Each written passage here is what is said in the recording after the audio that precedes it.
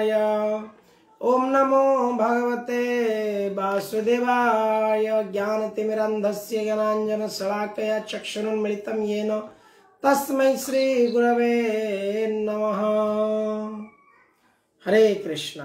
तो श्रीमद् भगवत गीता के इस 10वां अध्याय के जो भाग है श्री भगवान के ऐश्वर्य। तो शब्द भगवान जैसे कि हमने चर्चा किए हैं कि भगवान, भग और बान। भग शब्द का अर्थ है अपुलेंस और बान शब्द का अर्थ है पजेशर ऑफ द अपुलेंस। जो इस प्रकार की अपुलेंस यानी ऐश्वर्य की अधिकारी है उसको कहा जाता है भगवान। हमने चर्चा किया था श्रीमद् भागवतम के जो प्रथम श्लोक है किस प्रकार से भगवान की महिमा इस प्रकार से भागवतम के प्रथम श्लोक में भी आता है, जन्माद्यस्य यतो। तो इस प्रकार से हमने देखा कि भगवान की जो ये अलग अलग प्रकार के ऐश्वर्य है, जब कोई जान पाएगा तो उस व्यक्ति भगवान के पास, भगवान के प्रति अनडेविएटेड, अनइंटरप्टेड डिवोशनल सर्विस, अहेतु की अप्रतिहता ययात्मा सुप्रसिद्धते। श्रीमद् भागवतम के प्रथम स्कंद में भी इसके ऊपर आता है, सबई पुंसाम परो धर्म यतो भक्तिर अधोक्षजे। अहेतु की अप्रतिहता ययात्मा सुप्रसिद्धते। तो परो धर्म, जो धर्म है, अलग अलग प्रकार के धर्म है और जिसमें परो धर्म शब्द का अर्थ है द हाईएस्ट, सब सर्वोच्च धर्म, सर्वोच्च लक्ष्य, सर्वोच्च सेवा। उसी प्रकार से the highest type of religion अगर कोई है तो वो है यतोर भक्ति अधोक्षजे। अधोक्षज, अधोक्षज अर्थ है जो भगवान पूर्ण पुरुषोत्तम सर्व ऐश्वर्य के अधिकारी, इनको अधोक्षज कहा जाता है। अधो अक्षज इति। तो इस प्रकार से ये भगवान अधोक्षज श्री कृष्ण के प्रति जब कोई व्यक्ति भक्ति करता है तो परंतु भक्ति होगा कैसे? भक्ति होने के लिए हम व्यक्ति का महिमा, भगवान की ऐश्वर्य, उनकी गुण, उनके रूप, उनकी लीला, उनकी सारी प्रकार की जो परम सत्य की जो सत्यता है, जब एक व्यक्ति जान पाता है वो व्यक्ति क्या करता है, वो भक्ति के योग में, भक्ति में सेवा में वो आ जाता है। तो आज हम श्रीमद् भगवत गीता के 10वां अध्याय के श्लोक संख्या रुद्राणम वज्र कामधेनु वासुकी, श्लोक 28, राइट प्रभु जी? 28। आयुधानं अहं वज्रं, आयुधानम् अहं वज्रं, धेनुनां अस्मि कामधुरो, धेनुनाम् अस्मि कामधुरो, प्रजनां चास्मि कंदर्पः, प्रजनं चास्मि कंदर्पः, सर्पाणाम् अस्मि वासुकी, सर्पाणाम् अस्मि वासुकी। एक सेकेंड, मुझे एक मैसेज आया है प्रफुल्ल कुमार गजेंद्र जी, इनको ना हमर माई भी आज आसीना थी। ओके, एक्चुअली इनका ऑडियो ज्वाइन नहीं कर पा रहे हैं। somebody can message him how to join audio। एक मैसेज कोई टाइप करके उनको ऑल करके सेंड कर दीजिए शायद। सो उनके घर पे कोई अगर रह गए बच्चे तो उनको भी बता देंगे, ऐसे something can send a message. So इस श्लोक में अभी भगवान अपने आगे की जो उनकी ऐश्वर्य है उसको दिखा रहे हैं कि किस प्रकार से मैं अब क्या क्या हूं। तो इससे तात्पर्य और अनुवाद कोई पढ़ना चाहेंगे? माता जी आप अभी स्वस्थ हैं तो आप पढ़ना चाहेंगे? छोटी सी परपट है। जी जी, हरे कृष्ण। हरे कृष्ण माता जी। भावार्थ, मैं हथियारों में वज्र हूँ, गायों में सुरभि, संतति उत्पत्ति के कारणों में प्रेम के देवता कामदेव तथा सर्पों में वासुकी हूँ। तात्पर्य वह श्रील प्रभुपाद, वज्र सचमुच अत्यंत शक्तिशाली हथियार है और यह कृष्ण की शक्ति का प्रतीक है। वैकुंठ लोक में स्थित कृष्ण लोक की गायें किसी भी समय दूही जा सकती हैं और उनसे जो जितना चाहे उतना दूध प्राप्त कर सकता है। निस्संदेह इस जगत में ऐसी गाय नहीं मिलती, किंतु कृष्ण लोक में इनके होने का उल्लेख है। भगवान ऐसी अनेक गायें रखते हैं जिन्हें सुरभि कहा जाता है। कहा जाता है कि भगवान ऐसी गायों के चराने में व्यस्त रहते हैं। कंदर्प काम वासना है जिससे अच्छे पुत्र उत्पन्न होते हैं। कभी कभी केवल इंद्रिय तृप्ति के लिए संभोग किया जाता है, किंतु ऐसा संभोग कृष्ण का प्रतीक नहीं है। अच्छी संतान की उत्पत्ति के लिए किया गया संभोग कंदर्प कहलाता है और वह कृष्ण का प्रतिनिधि होता है। श्री कृष्ण दंडवत प्रणाम। हरे कृष्ण माता जी। तो कंदर्प, कंदार्प कोटि कमनीय विशेष शोभम। तो कंदर्पस आर वेरी ब्यूटीफुल और ये प्रजनन करने में ये सबसे श्रेष्ठ है। तो यहाँ पर भगवान कहते हैं कि मैं वो हूँ, और अमंग द स्नेक्स, सारे सर्पों में भगवान कहते हैं मैं वासुकी हूँ। और आयुधानम, आयुधानम का अर्थ है हथियार, वेपन्स। जितने वेपन्स है, हथियार है, उसके अंदर भगवान कह रहे हैं कि मैं वज्र हूं। तो इस प्रकार से, और गायों के अंदर मैं सुरभि हूं, और संतान सत्पंथी उत्पत्ति के कारण मैं प्रेम का देवता कामदेव हूं। तो इस प्रकार से हम देखते हैं भगवान वास्तव में हमारे शरीर के अंदर जो प्राण भी है वो भगवान वो भी है। तो हर चीज भगवान है, और परंतु हर चीज भगवान नहीं है। भगवान Lord is everywhere and Lord is not everywhere also. ये तत्व को समझना बड़ा आवश्यक है कि भगवान सर्वत्र है और भगवान सर्वत्र नहीं है। तो इसके ऊपर अलग अलग तत्व, अलग अलग मतभेद, अलग अलग मतवाद हमको शास्त्र पुराणों में मिलता है। किस प्रकार से भगवान की एक्सपांशन, भगवान है और भगवान नहीं भी है। तो यद्यपि भगवान आगे ये विश्वरूप दर्शन, ऐश्वर्य के बाद आगे विश्वरूप दर्शन करवाएंगे, जहां पे वो बताएंगे किस प्रकार से मैं सब में हूं लेकिन मैं नहीं हूं, I am not in them. तो इस प्रकार से हम देखते हैं कि ऑल ये सारे समस्त प्रकार के जो ये संसार में हम देख रहे हैं, ये श्रेष्ठता की चीज ये भगवान ही है।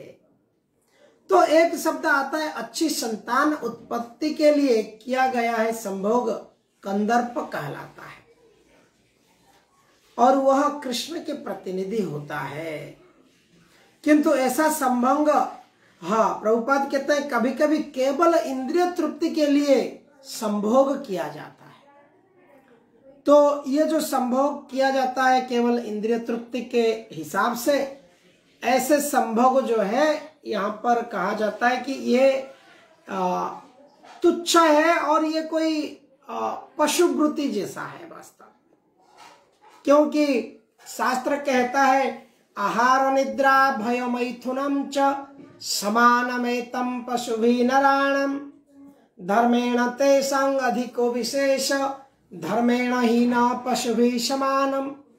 आहार, निद्रा, भय और मैथुन। तो इसमें से हमने अभी जैसे ये यहाँ पर मैथुन की हम देखेंगे तो मैथुन की भाव पशु पक्षी कीड़ा मकोड़ा से लेके प्रत्येक जीव के अंदर ये चीज है।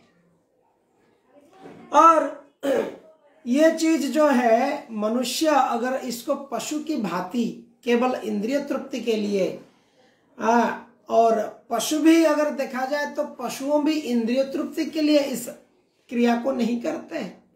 उनके सीजनल होता है, उनको पर्टिकुलर सीजन में होता है इस प्रकार की इच्छा, क्योंकि ये नेचर्स लॉ है और नेचर अपने को उनको इस प्रकार की क्रियाओं के लिए लिप्त रखता है जिन समय में वो बच्चे पैदा कर सकते हैं और जिन समय में उनके बच्चे अच्छे से बढ़ सकते हैं। इसी प्रकार से ड्यू टू नेचर्स लॉ उनको बंधन में ऐसे पड़ा हुआ है। वो इंद्रिय तृप्ति के लिए भी देखा जाए पशु भी इस प्रकार की मैथुन नहीं करता है जो आजकल के मनुष्य अलग अलग प्रकार की कंफर्ट के साथ वो केवल इंद्रिय तृप्ति इस मैथुन क्रियाओं में किसी न किसी तरह से वो अपने मन को चेतना को लगाता है। जैसे हम कहते हैं ये न के न प्रकारेण मनः कृष्ण निवेशय, तो संसार अपोजिट है बिल्कुल। ये न के न प्रकारेण मनः कामे निवेशय काम वासना, वासना शब्द का अर्थ है कि जब कोई भोग करने की प्रबल इच्छा है, कामना है, तो अनकंट्रोल्ड डिजायर, जिसे ये मनुष्य अनेक अनेक पशु पक्षी से लेके इतने सारे जन्मों के बाद, क्योंकि पशुओं के अंदर हम देखते हैं उनके जो इंद्रियों है ये ऑल 5 सेंसेस एनिमल्स के या बर्ड्स के इनके पावरफुल नहीं होता है। ये शास्त्र कहता है कि जो पशु है कोई किसी का आंख पावरफुल है, हम देखते हैं जो क्या नाम है उसका, एक ऊपर चील या सगुणा उड़ता है चील, तो चील पंछी इसका आंख इतना पावरफुल है, बहुत ऊपर रह के भी वो देख पाता है। तो इस प्रकार से किसी पशु पक्षी का कान बहुत पावरफुल है, किसी का सेंसेस अलग अलग इंद्रियों, नाक किसी का पावरफुल है, तो वो सूंघ सूंघ करके वो पहुंच जाते हैं। परंतु मनुष्य का आप एक विशेष करके ये विचार योग्य है, मनुष्य के all 5 senses are extremely powerful.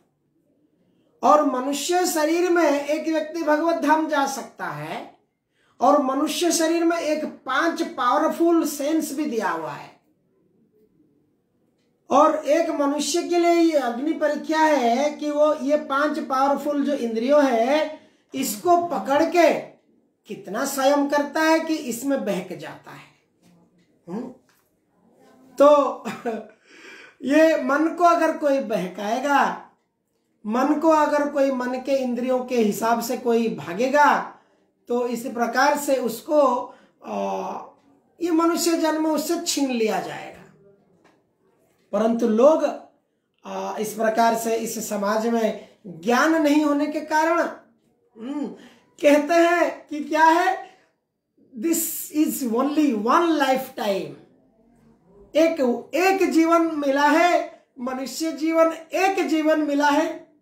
I have seen many motivational speaker, many YouTuber, अलग अलग प्रकार के जो लोग हैं समाज में भी कहते हैं एक लाइफ टाइम मिला है, एक मनुष्य जीवन मिला है, सक्सेस चाहिए मनुष्य जीवन में। और वो सक्सेस कैसा है कि ढेर सारे पैसा कमाना है, अपने पीढ़ियों के लिए पैसा कमा के रख लेना है, और अल्टीमेट हैप्पीनेस क्या करना है, ट्रैवल में जाना है, टूर में जाना है, फॉरेन ट्रिप जाना है, अपार्टमेंट, बड़े बड़े लग्जरी अपार्टमेंट में रहना है, लग्जरी कार में चढ़ना है, लाविश लाइफस्टाइल जीना है। This is a very mouth watering and एकदम टेम्पटेशन के अंदर इसको जीवन की लक्ष्य बना करके लोग कहते हैं एक ही जीवन मिला है, अगर ये नहीं कर पाया तो क्या हुआ यार, लाइफ इज वेस्टेड।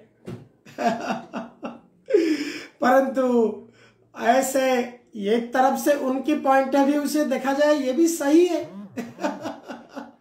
क्योंकि एक लाइफ टाइम मिला है जिसमें 5 इंद्रियों फुल पावरफुल है।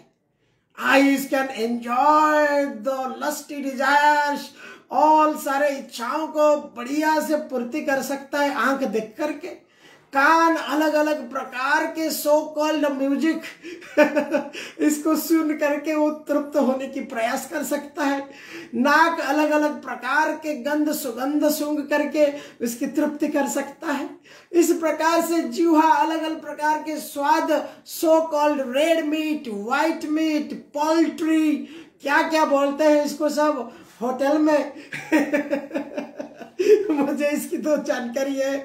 सो ये सब चीज, सो कॉल्ड वाइन्स, सिगार, क्या क्या लोग people just want to enjoy करने के लिए इतनी प्रकार की सुविधा दी गई है।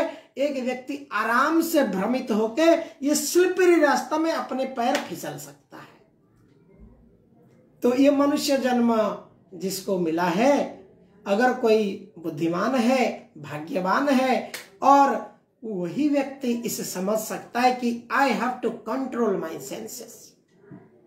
जिस प्रकार से अम्बरीश महाराज अपने सेवा में सारे इंद्रियों को लगाए थे। इज द एग्जाम्पलरी किंग, इतने बड़े राजा ऋषि, हैविंग ऑल अपुलेंस, जिनको सुदर्शन चक्र ने भगवान ने अम्बरीश महाराज के सेवा में सुदर्शन चक्र को लगाया था।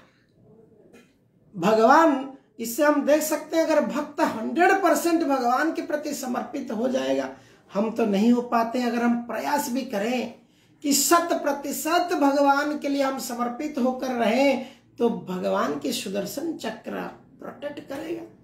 अम्बरीश महाराज के लिए किया है, तो ऐसे अम्बरीश महाराज की जैसी अगर भक्ति कोई करेगा तो उसको भी प्रोटेक्ट करेगा, बचाएगा। तो इस प्रकार से हम देखते हैं कि 2 प्रकार के मार्ग हैं, एक प्रवृत्ति मार्ग और दूसरा है निवृत्ति मार्ग। प्रवृत्ति पशु की प्रवृत्ति है मनुष्य के अंदर, द्विपदी पशु है और वो प्रवृत्ति प्रवर्ताता रहा है। और ये प्रवृत्ति जब प्रवर्ता रहा है तो व्यक्ति सोचता है ऐश करो, enjoy, otherwise human life waste हो जाएगा उनके आइडियोलॉजी के हिसाब से। तो शास्त्र कहता है कि इस मनुष्य जन्म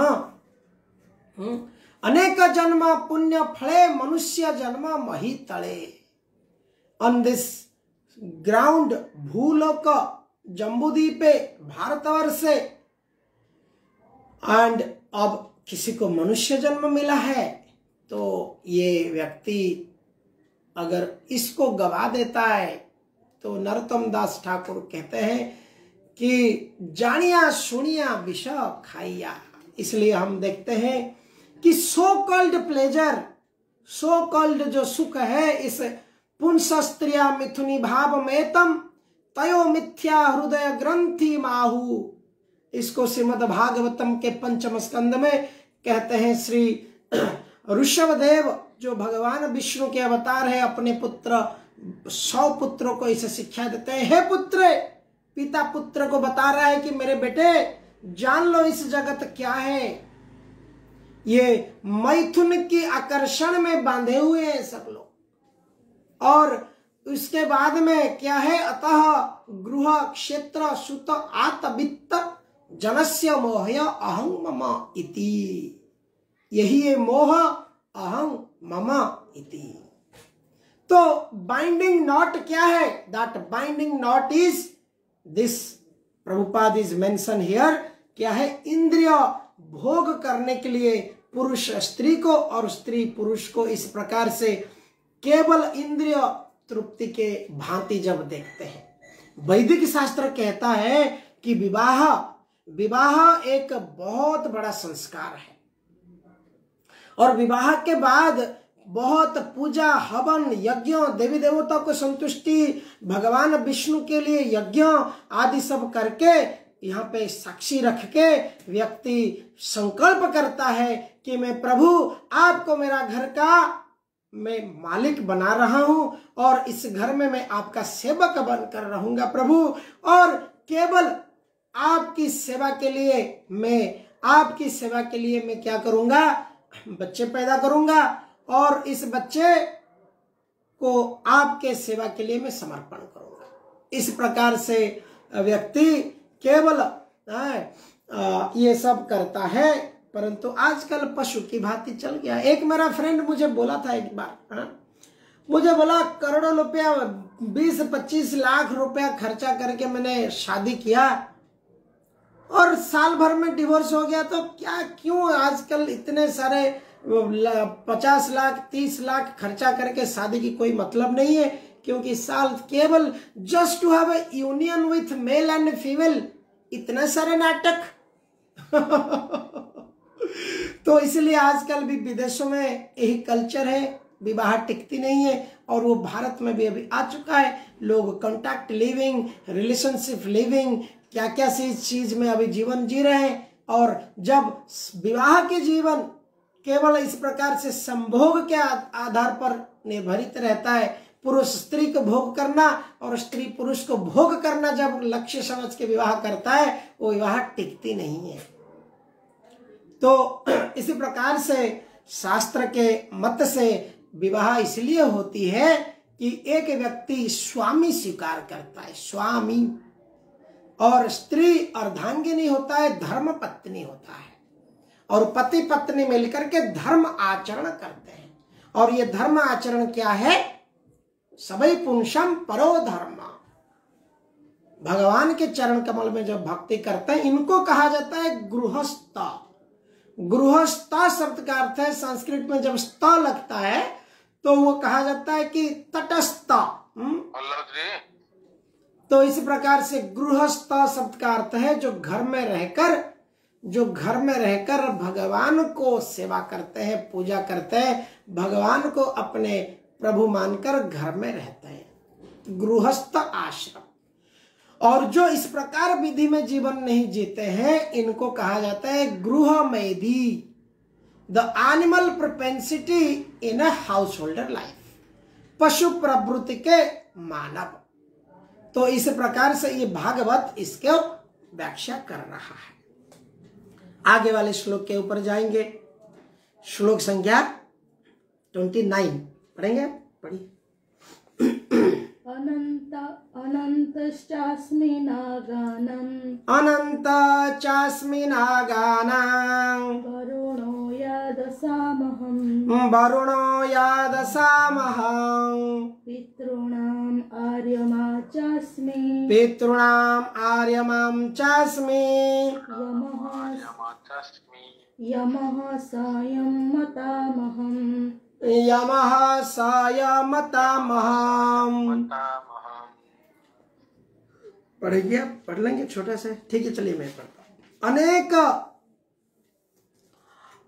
फणे वाले नाग में मैं अनंत हूं, और जलचर में मैं वरुणदेव हूं, और पितरों में मैं अर्यमा हूं, और तथा नियमों के निर्वाहकों में मैं मृत्युराज यम हूं।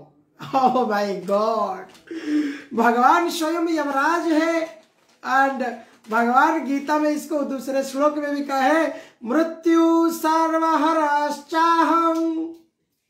आई am the death, I come at the and.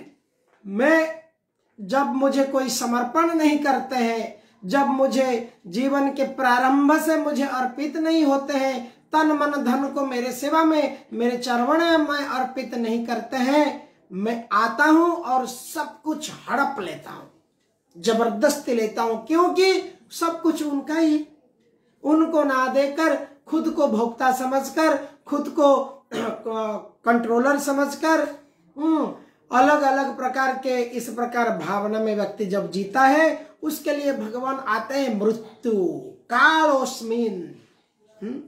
और वही भगवान भक्तों के लिए आते हैं, बहुत सुंदर विमान लेकर के विष्णुदूत आते हैं और भक्तों को लेके जाते हैं। तो हाँ, तो इस प्रकार से अनेक फण वाले नागों में अनंत सबसे प्रधान है और इस प्रकार जलधर में वरुणदेव प्रधान है। ये दोनों कृष्ण के प्रतिनिधित्व करते हैं। इसी प्रकार पितृलोक के अधिष्ठाता आर्यमा है जो कृष्ण का प्रतिनिधि है। ऐसे अनेक जीव है जो दुष्टों को दंड देते हैं, किंतु इनमें यमराज प्रमुख है। यम पृथ्वी लोक के निकटवर्ती लोक में रहते हैं। मृत्यु के बाद पापी लोगों को वहां ले जाया जाता है और यम उन्हें तरह तरह के दंड देने की व्यवस्था करते हैं। हरे कृष्ण। माय गुडनेस, यमराज है? तो यमराज जो है वास्तव में भगवान कृष्ण स्वयं यमराज भी है। तो देखा जाए तो एंटायरली ये जो एडमिनिस्ट्रेशन की व्यवस्था है, इस भौतिक जगत में जो प्रशासनिक व्यवस्था है, जो संवैधानिक की व्यवस्था है, ये सारे चीज भगवान स्वयं को एक्सपांशन किए हैं। वो कहते हैं मैं इंद्र हूं देवताओं के अंदर, देवताओं के राजा बेस्ट इंद्र हैं। अब इंद्र भगवान कहते हैं कि मैं चंद्र हूं, मैं वरुण हूं, मैं अग्नि हूं। तो इस प्रकार से ऐसे क्या चीज है जो भगवान नहीं है, हम नहीं कह सकते हैं। तो इस प्रकार से हम देखते हैं कि कैसे भगवान विष्णु पहले पुरुष इनकारनेशन होते हैं, पुरुष अवतार होता है। पुरुष अवतार के बाद भगवान फिर गुणावतार में आते हैं। गुणावतार के बाद फिर अलग अलग देवी देवताओं के फॉर्म में, फिर ब्रह्मा जी से वही भगवान देवी देवताओं के फॉर्म में आते हैं। देवी देवताओं के फॉर्म के बाद फिर मनो अलग अलग प्रकार के जीव को कण कण में फिर भगवान प्रवेश कर जाते हैं। तो इस प्रकार से देखा जाए तो वास्तव में पूरा जगत ब्रह्ममय है और इसको जो समझ सकता है वो एक चींटी भी मर जाता है तो उसको दुख लगता है, क्योंकि चींटी के हृदय में वो परमात्मा भी वास करते हैं और भगवान के अंश आत्मा भी वास करता है। तो इसलिए वो व्यक्ति बड़ा दयालु होता है। हरे कृष्णा। अब हम यमराज के बारे में 2 लाइन के बात कहेंगे। जो यमराज होते हैं वास्तव में एक थैंकलेस जॉब मिला है। कोई यमराज को प्रार्थना नहीं करता है, कोई यमराज को स्तुति नहीं करता है, कोई यमराज को थैंक यू नहीं बोलता है। यमराज का जो जॉब है वास्तव में it is a thankless job. परंतु देखिए भगवान ने उनको ऐसी सेवा दिया है। यमराज भगवान के भक्त हैं और श्रीमद् भागवत में यमराज जी के बारे में आता है कि एक बार यमराज ऐसे कोई, देखिए क्यों थैंकलेस जॉब मैंने बोला कि यमराज ऐसे किसी एक संत थे, ऋषि थे, जिनको यमराज ने बहुत कठोर दंड दिया लेकर के। वो ऋषि ने बोले हे यमराज, तुम मुझे ऐसा कैसे दंड दे सकते हो, मैं ऋषि हूं, मैं मुनि हूं। तो यमराज ने कहा देखो तुम छोटा बच्चा था और तुमने ये अपराध किया था, ये पाप किया था। तो ऋषि ने बोला क्या बात करता है तुम, व्हाट नॉनसेंस। छोटा बच्चे के उम्र में कोई अनजान में कुछ गलती करता है, इसको पाप बोलते हैं, उसके लिए मुझे लाके तुम यहां पर इतना दंड देने के लिए ले आया है। मैं तुमको शाप देता हूं और तुम एक दासी के पुत्र के रूप में जाके जन्म होगे तुम। तो यमराज को क्या करना पड़ा, एक दासी पुत्र विदुर के रूप में, महाभारत कृष्ण के लीला में उनको दासी पुत्र विदुर के रूप में उन्होंने जन्म लिया। जहां पे कौरव ने बहुत तड़पाया, अर्जुन ने बहुत दुख दिया, कष्ट दिया, अलग अलग प्रकार के लिया। बट इसको दूसरे रूप से हम देखेंगे तो यमराज जी को बड़ा वैकेशन मिला। It is a long holidays for Yamraj to enjoy devotional service. Krishna प्रेम, कृष्ण भक्ति को स्वाद चाखने के लिए यमराज जी विदुर के रूप में आए और यहाँ पर प्रेम भक्ति अलग अलग तीर्थ भ्रमण करके यमराज जी स्वयं विदुर के रूप में विदुरानी उनकी पत्नी भगवान के साथ अशेष प्रेम किए थे। तो इस प्रकार से यमराज वास्तव में इस हमारी जैसी ऐसे ही कोई पावरफुल देवता है, और मनुष्य भी देवता बन सकता है, मनुष्य भी चींटी बन सकता है, हाथी बन सकता है।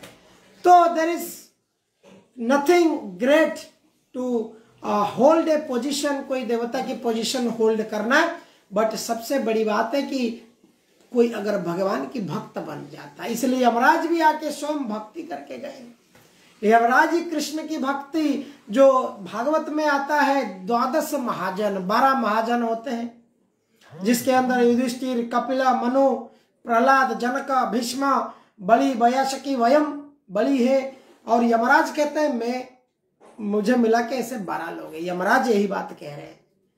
तो इस प्रकार से हम देखते हैं यमराज स्वयं कृष्ण है। और मृत्यु वास्तव में क्या है? ये मृत्यु कुछ नहीं है, कपड़ा उतारना है और पीटना है। बोलते ला कि बदमाशी कर रहे हैं, कपड़ा उतार के पीटूंगा कस के। तो यमराज कपड़ा उतार देते हैं। हमारी शरीर तो कपड़ा है, भगवत गीता के 2 अध्याय में कहा जाता है। तो कपड़ा उतारते हैं, वहां पे दूसरी कपड़ा देते हैं जिसमें पीटने से एक जीव को सहन कर सकता है। तेल की कढ़ाई में डालेंगे तो ये वाले कपड़े तो जल जाएगी, तो दूसरे कपड़े पहनाते हैं जो तेल की कढ़ाई में टक टक टक टक उसके अंदर कष्ट सहन कर सकता है। जीव को रियलाइज होए, रिपेंट करे, अनुभव करे कि मैंने किस प्रकार से इंद्रिय भोग किया है, किस प्रकार से इंद्रिय तृप्ति के लिए मैं अलग अलग अधम पाप किया है। इसको अनुभूति देने के लिए यमराज जी कितना सेवा कर रहे हैं। जिस प्रकार से एक पिता अपने पुत्रों को मारता है, अपने पुत्रों को दंड देता है, यहाँ कृष्ण स्वयं यमराज के रूप में आकर के दंड देते हैं कि हे पुत्रों, हे मेरे बच्चों, कृपा करके तुम समझ जाओ, ये जगह तुम्हारा नहीं। तो इस प्रकार से हम यहाँ इस श्लोक को कंप्लीट किया। आगे एक और श्लोक ले ले या पढ़ेंगे? चलिए पढ़िए। प्रह्लादश्चास्मि दैत्यानां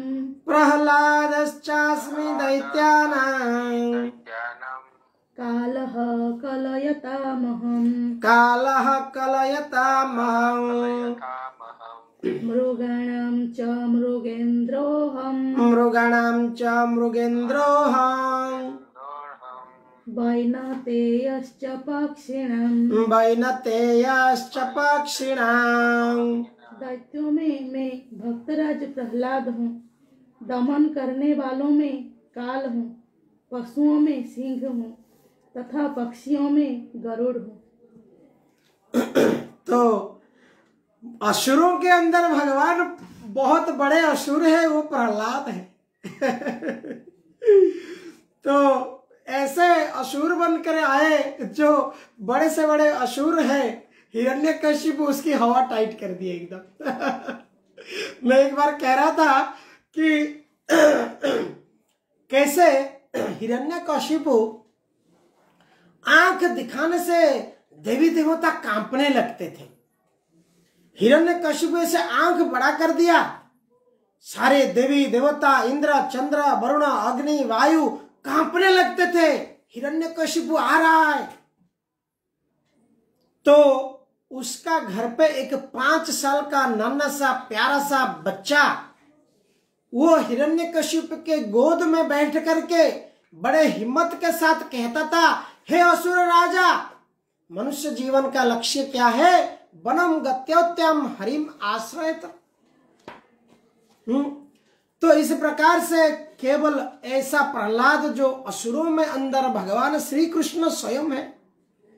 तो स्वयं श्री कृष्ण इस प्रकार से प्रहलाद नाम के असुर परिवार में जन्म होकर भक्त बनकर आए हैं। और यहाँ पे कह रहे हैं, नते विदु स्वार्थ गति ही विष्णु दुराश्रयाय बहिरर्थ मानिना अंधा यथांधेरुगीय रूपगीय मानम। हाँ, वो कह रहे कि ऐसा हे असुर राजा, विष्णु के सिवाय कोई और स्वार्थ नहीं है। भगवान विष्णु जीवन के लक्ष्य है। तस्याधु मन्ये शुरवर्ग देना सदा समद विघ्न धिया असत ग्रहाय हित्वात्म पातम गृह अंधकूप। ये घर रूपी अंधकूप में, अंधकार रूपी कुआ के अंदर तुम पड़े हो है असुर श्रेष्ठ, और कृपा करके आप वानप्रस्थ ले लो, वन आश्रम में चले जाओ और हरि के आश्रय में चले जाओ। और जो जीवन भर विष्णु को मारने के लिए तपस्या किया है, जीवन भर विष्णु रूपक शत्रु को मारने के लिए तपस्या किया है, ऐसा व्यक्ति के सामने पुत्र प्रहलाद कितनी बड़ी हिम्मत के साथ गोद में बैठ के कह रहा है। तो इससे हम देख सकते हैं जब भगवान असुर बन के आते हैं प्रहलाद रूपी, तो बड़े से बड़े हिरण्य कश्यप असुर कभी नींद खो गया, उसका नींद चला गया, मैं क्या करूं। देखिए यही इसी संसार की समस्या है। आप मैं सभी को विनम्रता के साथ कहता हूं, जीवन में एक बार झांक के देखिए। हिरण्यकशिपु के जीवन में क्या नहीं था? उसका नाम था हिरण्य और कशिपु। हिरण्य शब्द का अर्थ है गोल्ड। उसके जीवन इतनी सोना चांदी, पूरा बोलते ना सोना ही सोना है उसकी जिंदगी। उसको किसी के प्रति उसकी भय नहीं है, किसी के प्रति डर नहीं है। और वो बोलता था विष्णु डर के मारे छिपा हुआ है किसी के हृदय के, सबके हृदय के अंदर घुस के विष्णु छुप गया है। हिरण्यकशिपु कहते थे कि विष्णु छुप गया है मेरे डर से, मैं अमर हूं। और ऐसा व्यक्ति के जीवन में त्रिभुवन का जो राजा है, जिसको बड़े आंख दिखाता है, वो सेवक बन जाता है। ऐसा व्यक्ति देखिए, भौतिक सुविधाएं उसके जीवन में क्या नहीं था।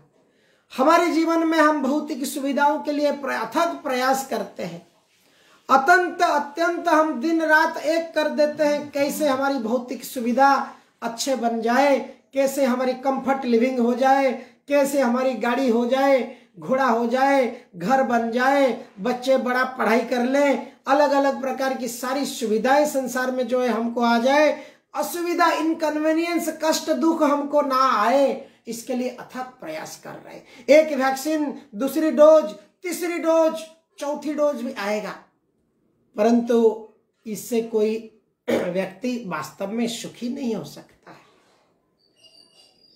क्यों?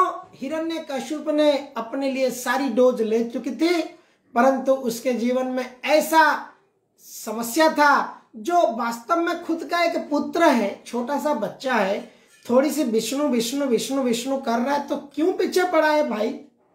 छोड़ दो ना उसको। नहीं नहीं नहीं नहीं, मेरा असुर पीटा बेटा है, असुर नहीं बनेगा, उसको सिखाओ असुर विद्या, असुर नहीं बन रहा है, असुर नहीं बन रहा है। ये टेंशन से वो हिरण्यकशिपु खुद के मृत्यु को प्राप्त किया। तो इसी प्रकार से इस संसार के गृह में भी ये मेरा पुत्र, मेरा घर, मेरा बेटा, मेरा परिवार, मेरा संपत्ति, मेरा धन, यही चिंतन कर करके अंततः गत्वा प्राण त्याग करते हैं। और शास्त्र कहता है उसी घर को फिर से देखभाल करने के लिए आजू बाजू में कुत्ता बनकर पैदा होते हैं और भोबो भोबो करते हैं, और फिर कुत्ता होके जब मर जाते हैं। एक नारद मुनि का एक स्टोरी है, नारद मुनि और कैलाश का। उसके बाद सांप बनकर आके कहीं छुप के भी देखते हैं कि मेरा बेटा का कोई संपत्ति ले लेगा क्या, कोई मेरा बेटा को हानि कर देगा। इस प्रकार से माता पिता बनकर 2, 3, 4 जन्म तक इस प्रकार से अपनी पुत्र, वही घर, वही संपत्ति के प्रति इतना रहता है व्यक्ति। इस प्रकार बड़ा अलग अलग प्रकार के कष्ट पाता है। नारद मुनि कैलाश की स्टोरी में आता है कि उसके पुत्र लोग लास्ट में सांप को पीटते हैं। What a horrible situation of this material world। तो इसी प्रकार से हम देखते हैं कि भगवान प्रहलाद है स्वयं, और दमन करने वाले काल है, कालोष्मी, और पशुओं में लायन है, सिंह है। भगवान नरसिंह बनकर आए थे इसलिए। और पक्षियों में गरुड़ है जो भगवान की वाहन है। What a gigantic aeroplane Garuda. भगवान गरुड़ में, गरुड़ के ऊपर पीठ पर वो मंदरगिरी पर्वत को उठा करके लेके चले गए क्षीर सागर में समुद्र मंथन करने के लिए। क्या एनीबॉडी इमेजिन कोई साइंटिस्ट ऐसा पहाड़ उठाने वाला कोई एरोप्लेन बना सकता है? इम्पॉसिबल। कोई ऐसा बंदर है जो पहाड़ उठा करके लेके आ सकता है गंधमार्दन? तो this is the mystical opulence of the supreme personality of God है। ये वास्तव में अत्यंत ये योगिक शक्ति है भगवान की। तो इस प्रकार से हम देखते हैं गरुड़, भगवान कहते हैं मैं उनमें से गरुड़ हूं। हरे कृष्णा कृष्णा कृष्णा हरे हरे, हरे राम राम राम हरे हरे। जय श्रील प्रभुपाद की जय।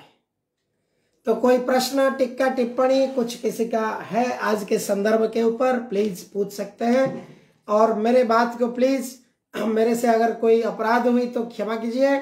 आज थोड़ा समय ये इंद्रिय तृप्ति के ऊपर मैं थोड़ा सा ज्यादा कड़क बोल दिया हूं, क्योंकि ये आज की टॉपिक भी इस प्रकार का था। ऐसी जरूरी नहीं है, ये धीरे धीरे धीरे धीरे भक्तों के जीवन में जब भगवान कृपा करते हैं तो धीरे धीरे धीरे धीरे धीरे धीरे ये सारी अनर्थ चला जाता है। तो कोई घबराने की बात नहीं है, और ये अपने आप स्लोली स्लोली स्लोली स्लोली भगवान के प्रति अनुकूल चीज आ जाएगा, प्रतिकूल चीज चला जाएगा। अनुकूलस्य प्रतिकूलस्य वर्जनम, और अनुकूल जो है हम उसको आचरण करके आगे चले जाएंगे, परंतु भगवान के प्रति समर्पण एक ही रास्ता है। हरे कृष्णा। बहुत बहुत धन्यवाद। वांछा कल्पतरुभ्यश्च कृपा सिंधुभ्यः च पतितानां पावनेभ्यो वैष्णवेभ्यो नमो नमः। अनंत कोटि वैष्णव वृंद की जय। हरे कृष्णा।